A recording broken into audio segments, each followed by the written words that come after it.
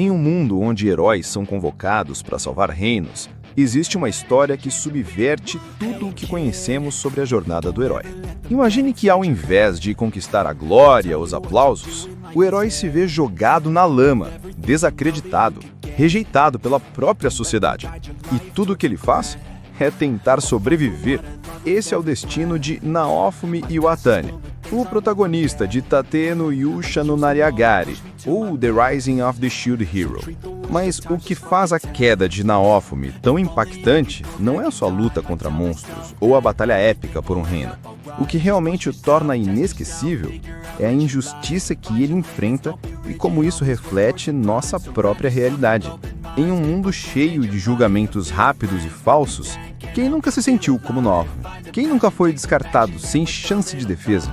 O que torna a trajetória de Naofumi única dentro do gênero Isekai é que, ao contrário dos outros heróis, ele não começa sua jornada com aliados ou um propósito claro.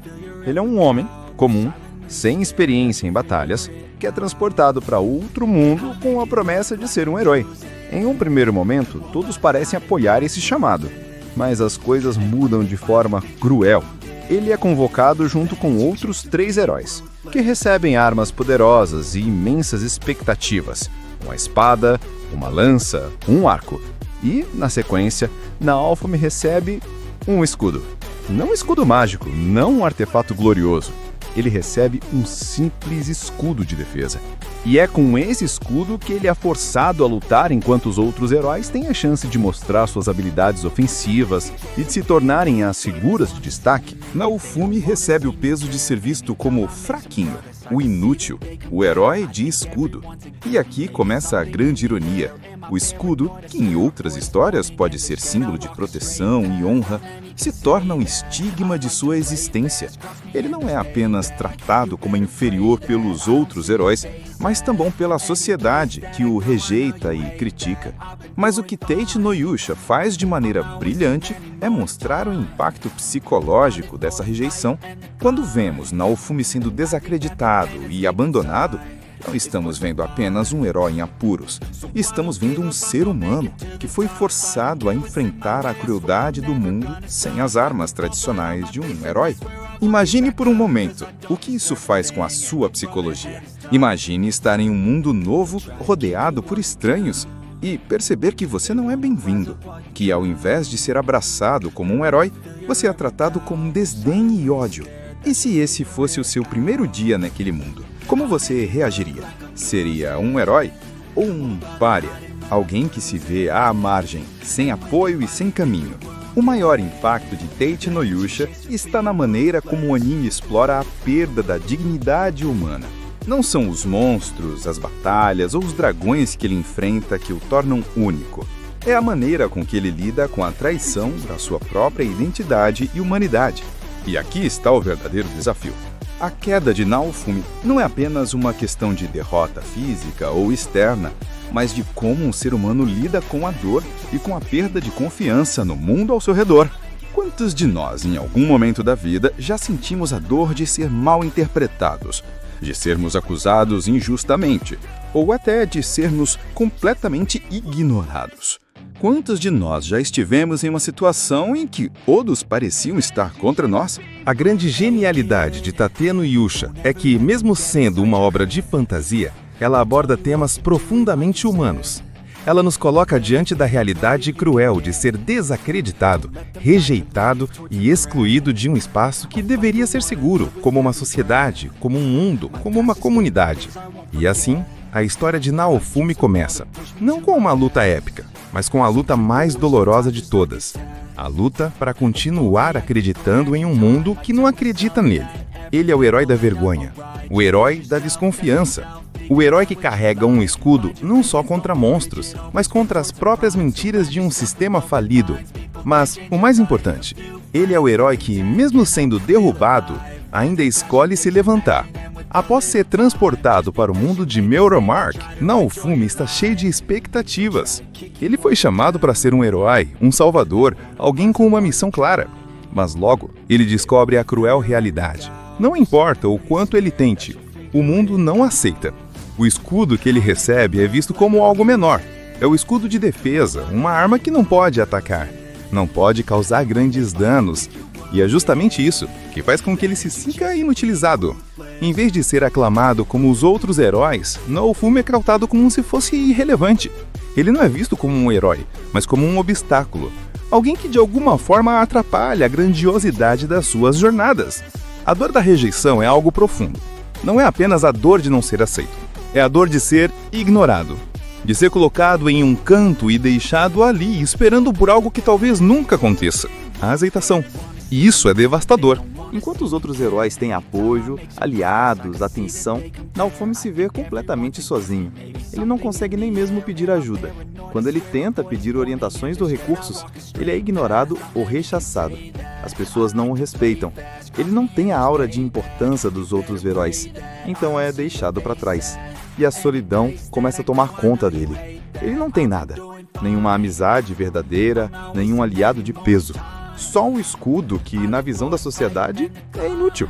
Quando Naofumi percebe que ninguém quer realmente ajudá-lo, ele começa a sentir que não tem valor.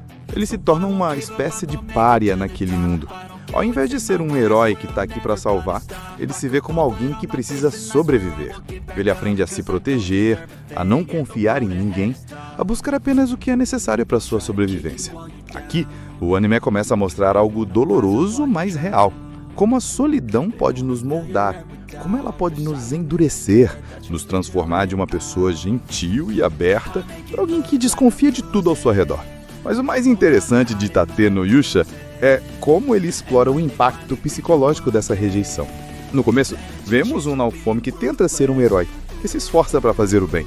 Mas com o passar dos episódios, essa rejeição começa a mudar quem ele é.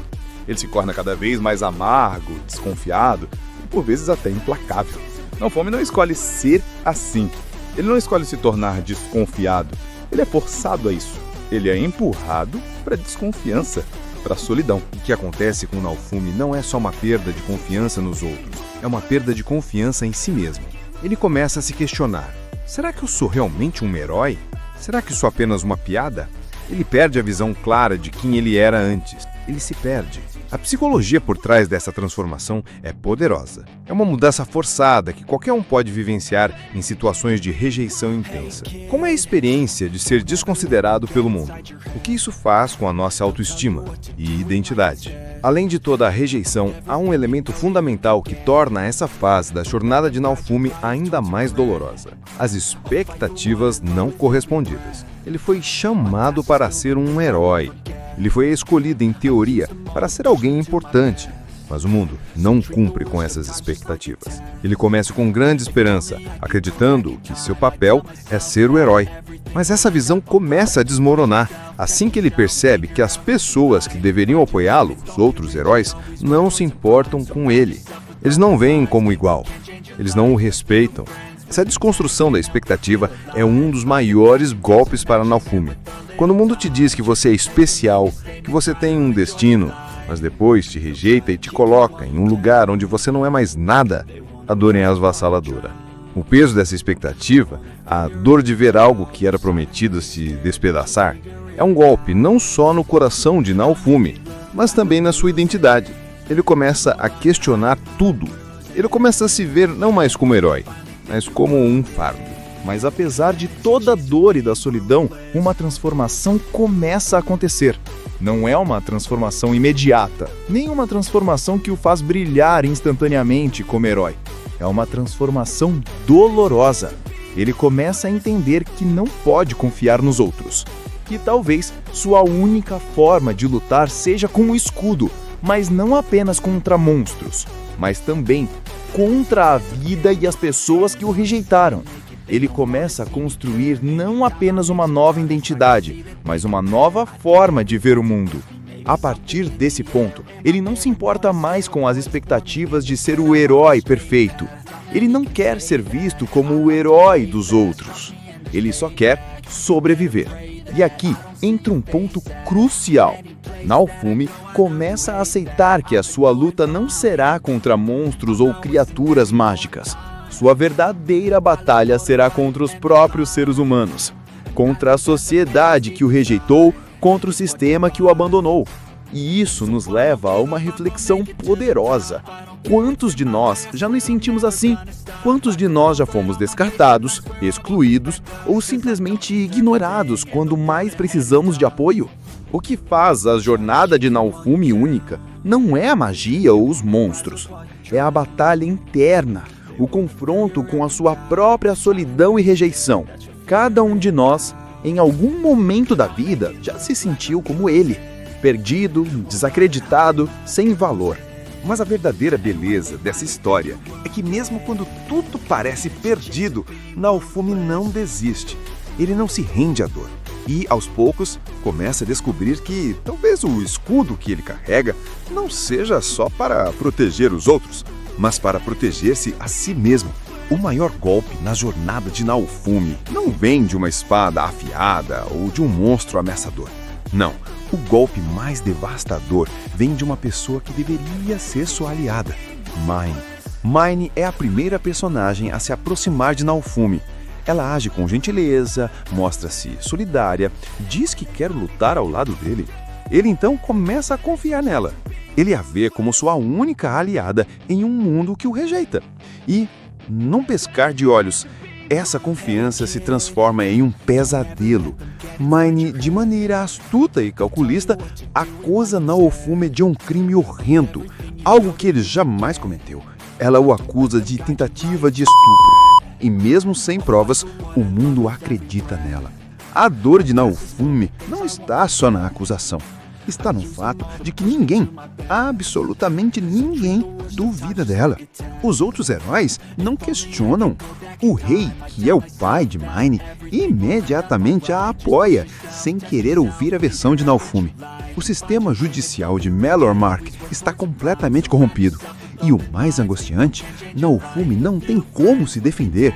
Ele é taxado como culpado sem direito a se explicar. A partir do momento em que Mine faz essa acusação, a confiança de Naofumi nas pessoas se quebra completamente. Ele começa a ver o sistema de Melormark, com suas leis e regras, como um grande teatro onde ele é a peça dispensável. A realeza é corrupta, os nobres não se importam e os heróis, aqueles que deveriam ser seus aliados, ficam em silêncio. A verdadeira tragédia não está só na acusação de Mine. Ela está no fato de que Naofumi, enquanto herói, deveria estar sendo apoiado pela sociedade, mas é tratado como um inimigo. Ele percebe que esse mundo é tão falho quanto o que ele deixou para trás. O sistema de Melormark não está apenas manipulando Naofumi, ele está destruindo qualquer chance de justiça. O rei age de forma despótica e a acusação de Mine é aceita sem questionamento, refletindo como muitas vezes as aparências podem ser mais fortes do que a verdade. O que torna a queda de Naofumi tão profunda é que ele não cai apenas em uma batalha ou conflito físico. Ele cai diante de uma manipulação psicológica. O que destrói a sua identidade não é o escudo que ele carrega, mas a forma como ele é visto pelos outros. O escudo, que deveria ser o símbolo da proteção e da honra, passa sendo símbolo da sua humilhação. Naofumi não é mais visto como um herói, mas como um monstro. As pessoas olham para ele com nojo, medo, desprezo e o mais cruel de tudo, ele não pode fazer nada para mudar isso. Ele é rejeitado, isolado e colocado numa posição onde ele precisa lutar sozinho, não apenas contra monstros, mas contra o próprio mundo. O anime começa a nos fazer perguntar: qual é o preço de ser julgado sem chance de defesa? Qual o impacto de carregar uma acusação falsa em uma sociedade que não se importa em ouvir as duas partes? Com o passar do tempo, a mentira de Mine começa a ser exposta.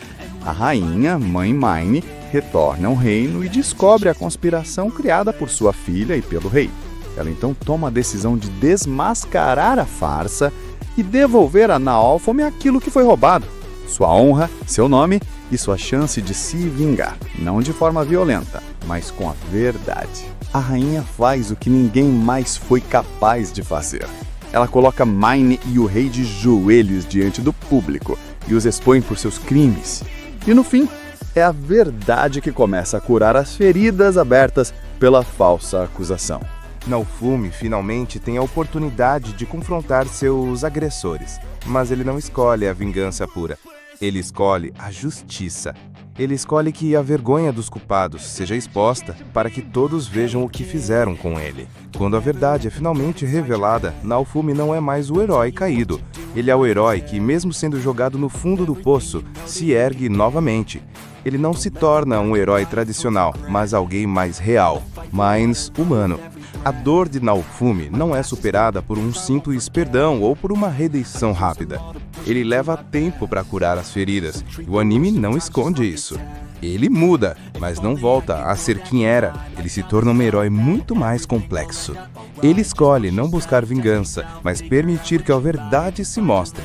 Ele permite que seus inimigos carreguem o peso de suas ações, e assim ele se reconcilia consigo mesmo.